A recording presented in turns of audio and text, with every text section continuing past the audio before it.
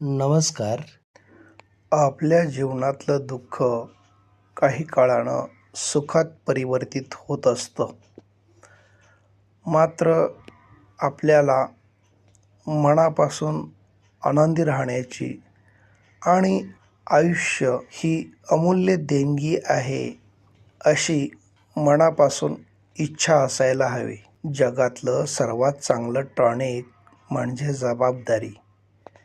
ते एकदा घेतलं की माणूस वाट चुकत नाही, आयुष्यभर थकत नाही आणि आपलं कर्तव्य चुकत नाही.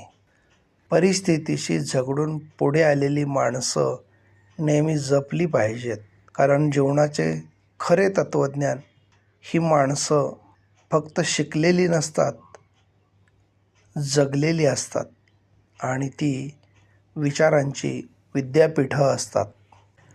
आपल्या स्वभावातील चातुर्य आणि माधुर्य हीच आपल्या आयुष्यातील खरी जीवनसत्व आहेत.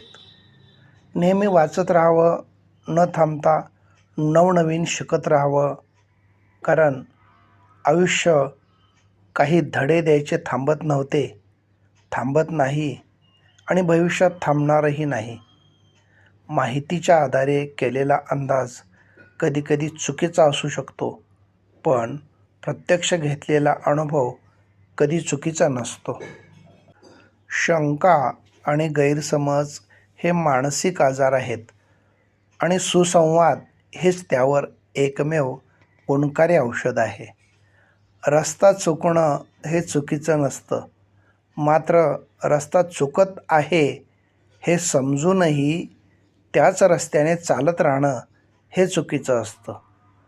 अडचणीनं भरलेल्या आयुष्यात स्वतःला सावरायला एकच गोष्ट येते आणि ती म्हणजे स्वतःवरचा विश्वास.